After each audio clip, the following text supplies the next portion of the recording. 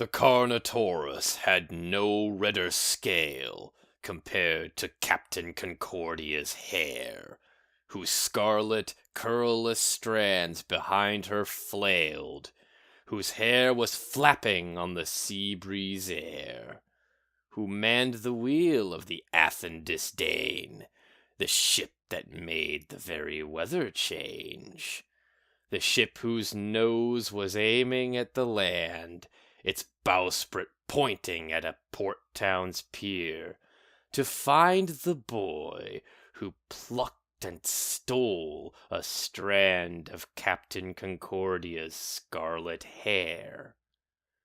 Her former boatswain plucked it in her sleep because it was the reddest thing he'd ever seen. The Athen Disdain taxied into the port the languid way a nearing nightmare crawls. The tide-adjusted sailboats back and forth, slow dancing in the pier. The quiet gulls, the dance's chaperones, refrained their cries as slowly the Athen Disdain arrived. How resolute its captain left the helm, descending down the stairs onto the deck with steps that moved the scabbard on her belt. With tension that adhered her crew's respect, she paused between the cannons, looking out upon the peaceful colonial town. Her hair reposed upon the shoulder guard she wiggled off a Chinese pirate's corpse. That leather, blacker than the orcas are, had gold silk patterning her gift-wrapped form.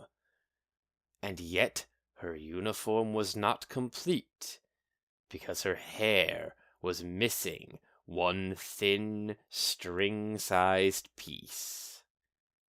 Banana rum's medicinal fragrance perfumed between the taverns, inns, and shops. The captain walked amidst the night-time's musk, and knew her thief was probably amongst those toasting from within the pub. She turned, approaching towards the door where laughter burst, and entered in the laughter's wake.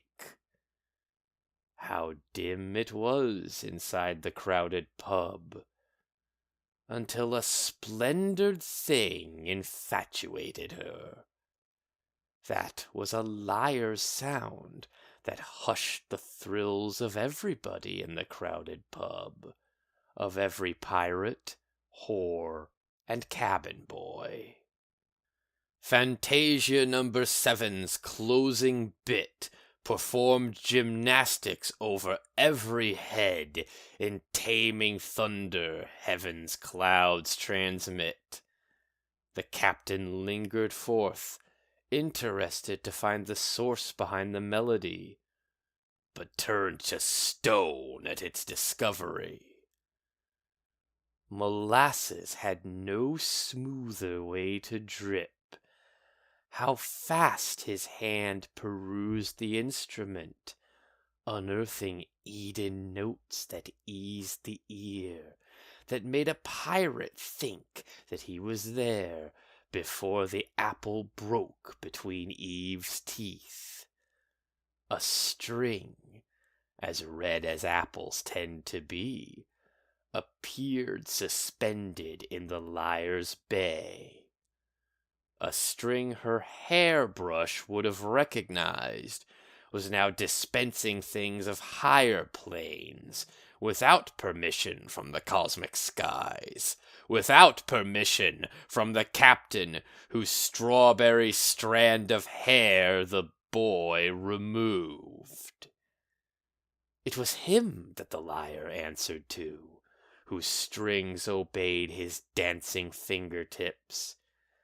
She saw her hair vibrate when it was plucked, and shivered on the sounds it now produced, unlike the rustling it made before, the rustling it made when it was hers. Captain Concordia produced her sword, and all at once the lyre's music stopped, and all the pirates stood and garnered forth the sound of flintlocks clicking in applause. But Captain Concordia didn't flinch, but kept her sword extended out at him. The boy who plucked her hair was too surprised to move at first. His former captain cringed. Annoyance gushed in her disapproving eyes.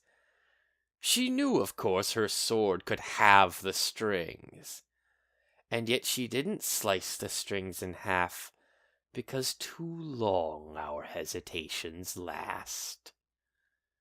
The boy ascended off his stool and ran, the lyre tucked into his cross-guard arm, with Concordia moshing through the dam of pirates that refused to let her pass. She leapt onto the tightrope countertop, surpassing all the hands that grabbed at her. Into the street she got her balance back, and looked to see the jungle take the boy. How ghoulish green the knotted branches crossed. She leapt into the jungle. Over roots she trailed the sound his rushing footsteps made, as nighttime's ink deluged the tropic maze. They crossed the jungle similar to deer that never crash into the countless trees. They hopped uphill where the flora cleared, where mighty masts of moonlight sulked. The sea beneath a cliff dispelled its briny scent. They ceased their chase above this height's descent, where the sea collapsed against the shore. He hugged his lyre, scarlet string ashine beneath his worried eyes, before her sword. He feared she wouldn't hesitate this time, where they stood atop the island's cliff, where he hugged his wicked instrument. A gust of wind's attempt to strum her hair retrieved no notes the way the lyre could, and Captain Concordia dropped her stare to see the thing, the horseshoe shape of wood, where 4 brown strings and 1 red string endured, and all reminded her what she had heard. She grabbed her hair and put it on her sword, and sliced until it bounced back on her chin. The strands like streamers from a solar storm, the freshly cut strands she handed over to him. Perplexed, his fingers broke the moonlight air, and caught his former captain's scarlet hair. What phantom weight descended on his wrist to catch the veins of music in his hand, that he'd transform into his lyre strings? The sea would miss the way her hair would dance. The gales would say she cut her hair too short. But now she knew the music in her hair belonged ashore. By a phantom change of heart his former captain had, the boy was saved upon her charity. The hair the ocean used to try to grab employed an ocean's lust within his reach. She watched his fingers curl into a creeping close as her neck was kissed by the wind, the ocean's ghost. An understanding lapsed between their eyes, equal so briefly on an island cliff. He shuddered, but she only moved her eyes. He, spellbound speechless on the pirate's gift, seriously possessed no words to say, as Captain Concordia backed away. and Concordia stepped onto her ship, her crew too shy to say a thing about her shortened hair. In fact, she liked her pixie cut, her trim.